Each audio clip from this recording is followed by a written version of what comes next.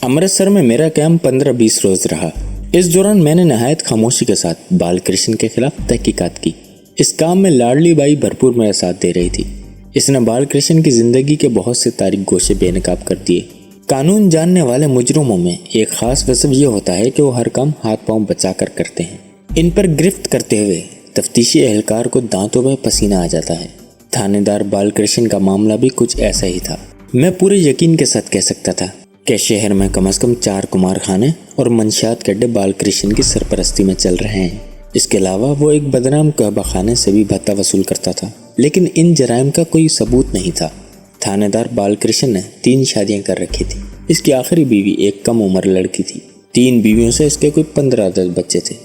इतने बड़े घराने के अखराजात पूरे करने के लिए बालकृष्ण हर नाजायज गैर कानूनी काम करता था। मुझे यह भी मालूम हुआ कि चंद साल पहले बालकृष्ण ने एक तनाज़े की वजह से अमृतसर कॉलेज के 2 नौजवानों को कत्ल किया है। बाद अज़ां इन्हें अटारी बॉर्डर्स के नज़दीक खेतों में फेंक दिया और कहा ये डाकू थे। पुलिस मुकाबले में हलाक हुए हैं। एक पुलिस वाले की हैसियत से मैं जानता था कि बालकृष्ण के ऐसे जराइम को अदालत में साबित करना ख्वाबो ख्याल की बात है। अगर बालकृष्ण किसी जुर्म में सजा पा सकता था तो वो अशफाक के कत्ल का जुर्म था, जिसके लिए एक सुल्तानी गवाह मौजूद था और कुछ दूसरे सबूत भी मुहैया थे। मगर अजीब और दिलचस्प बात यह थी कि अशफाक को बालकृष्ण ने कत्ल नहीं किया था। यूं एक तरह से ये मेरी ज़िंदगी का एक अनोखा केस बन जाता है। ये मेरी मुलाजमत का एक वाहिद केस है जिसमें मैंने एक पुलिसमैन की बजाय सिर्फ मैन बनकर सोचा और इस दर्द को महसूस किया जो जुर्म की दराज दस्ती और कानून की लाचारी से जुर्म लेता है।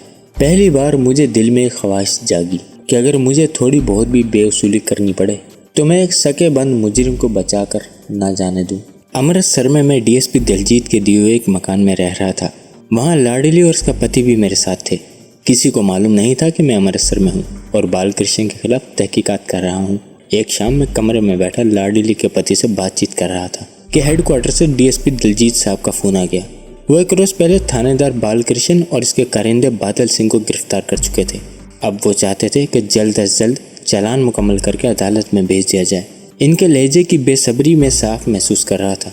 दरहकीकत इस बेसब्री के पीछे भी सरदार बदरूक का खौफ छुपा हुआ था। डीएसपी साहब चाहते थे कि जल्द अज जल्द ये मामला ख़त्म हो और मैं ख्वामखा खतरा मोल लेने से बच जाऊँ। इन्हें मालूम नहीं था कि जिसे वो अंजाम समझ रहे हैं वो आगाज़ है और मैं वही कुछ करने वाला हूँ जिसका अंदेशा इन्हें बेचैन रखता है। डीएसपी से गुफ्तगू ख़त्म करने के बाद मैंने लाडली बाई से खुलकर बात करने का फ़ैसला कर लिया। मैं जानता था वो मुझे और कानून को धोखा दे रही है। अशफाक केस के बारे में इसने जो कुछ बताया है वो झूठ का पलंदा है। मैं इसे झूठ का एतराफ़ कराना चाहता था। एतराफ़ कराने का एक तरीका तो ये था कि लाडली बाई को आड़े हाथों लिया जाता, मगर इसमें भी खतरात पोशीदा थे। दूसरा रास्ता नरम रवैया अख्तियार करने का था। मैंने यही रास्ता अपनाया। शाम से थोड़ी देर पहले मैंने लाडली के मुंह बोले पति को एक ज़रूरी काम से कंपनी बाग भेज दिया।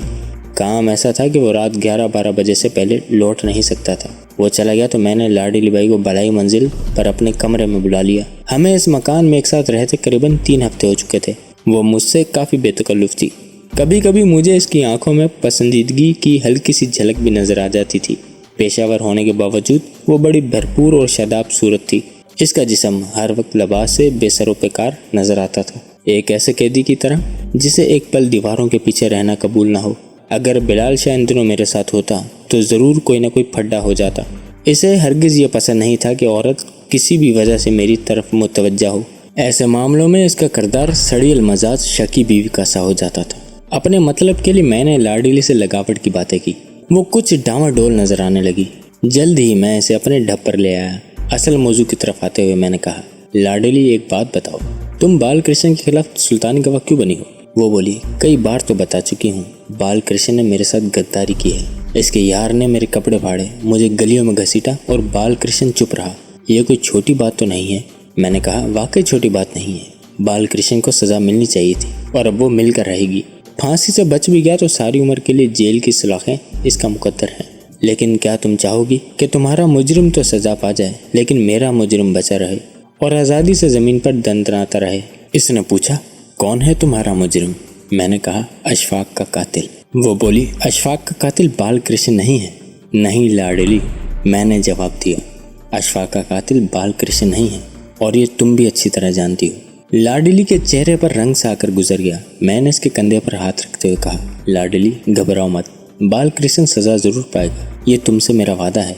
लेकिन तुम्हें मुझे सब कुछ बताना होगा। ऐसा ना करोगी तो केस पर हमारी गिरफ्त नहीं रहेगी और बालकृष्ण किसी भी मौके पर बच से निकलेगा। तुम अच्छी तरह जानती हो पुलिस में इसकी बहुत सी दोस्तियां हैं और ये दोस्तियां इसे किसी भी वक्त फ़ायदा पहुंचा सकती हैं। मैं काफ़ी देर लाडली से मगज़ खपाता रहा। आखिर वो मेरी ख्वाहिश के मुताबिक बोलने पर रजामंद हो गई। इसने 1.5-2 घंटे में मुझे जो कुछ बताया इसका मुख्तसर तरीन खाका मेरे अल्फाज में यह है। थानेदार बालकृष्ण के दोस्त ने वाकई लाडली के साथ बुरा सलूक किया था। लाडली को इस बात का बहुत रंज था, लेकिन वो बालकृष्ण से टक्कर लेने की हिम्मत नहीं रखती थी।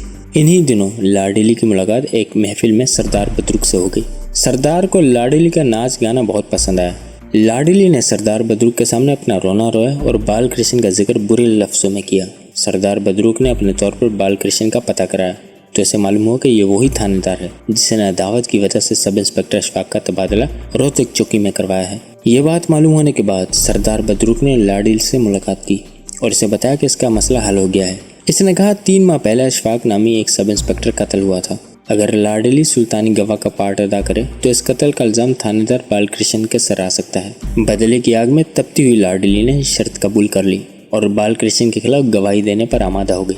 बात के वाकयात मुझे मालूम ही थे, काराइन भी जानते हैं। एक तरह से इस दास्तान का एक बाब यहाँ ख़त्म हो जाता है।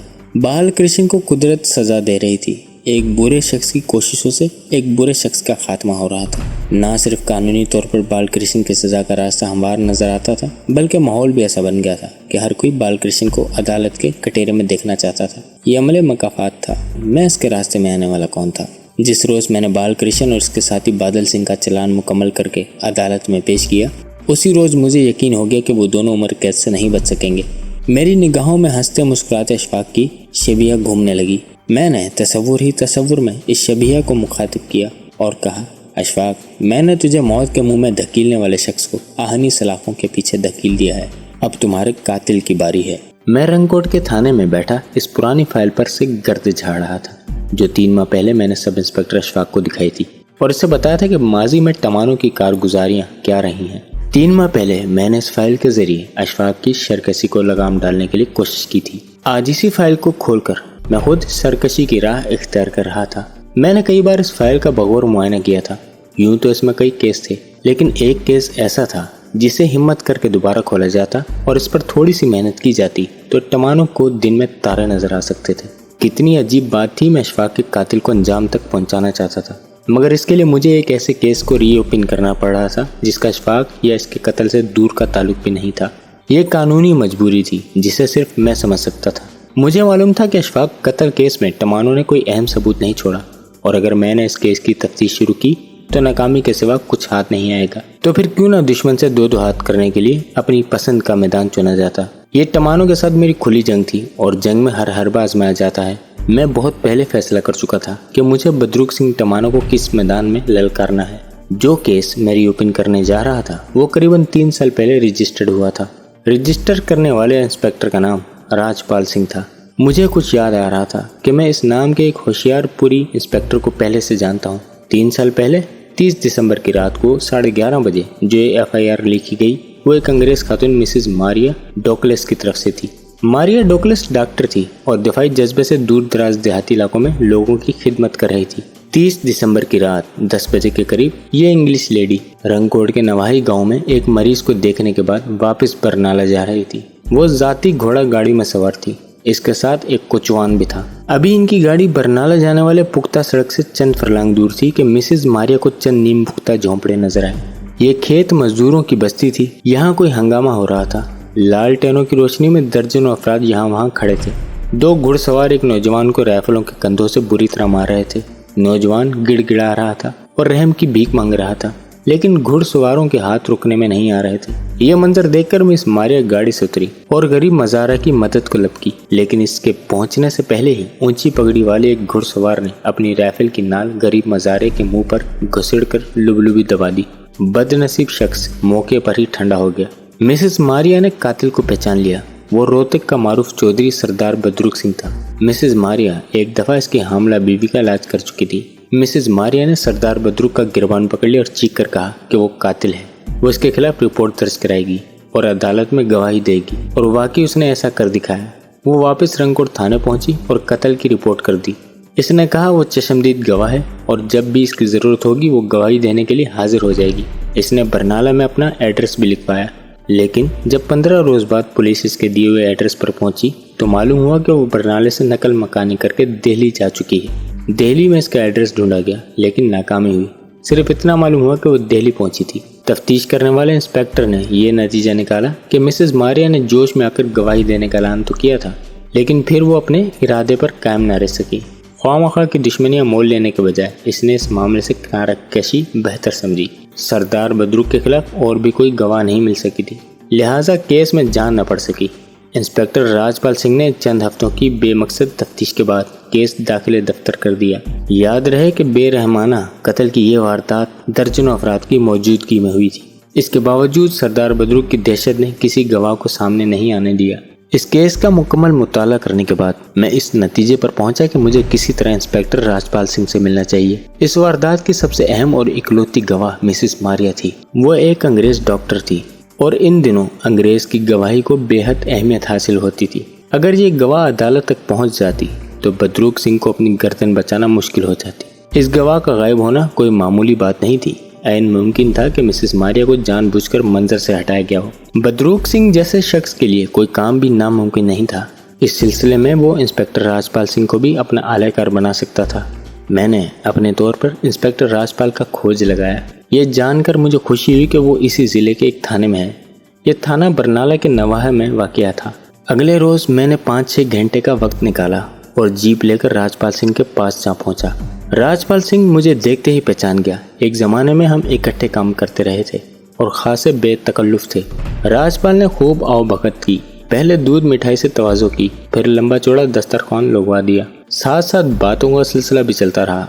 जब मैंने राजपाल को बताया कि मैंने बदरुक के खिलाफ एक 3 बरस पुराने केस को दोबारा खोला है तो वो खौफज़दा नजर आने लगा। मैंने इसे पूरी तफसील बताई कि केस मुझे क्यों और कैसे खोलना पड़ा।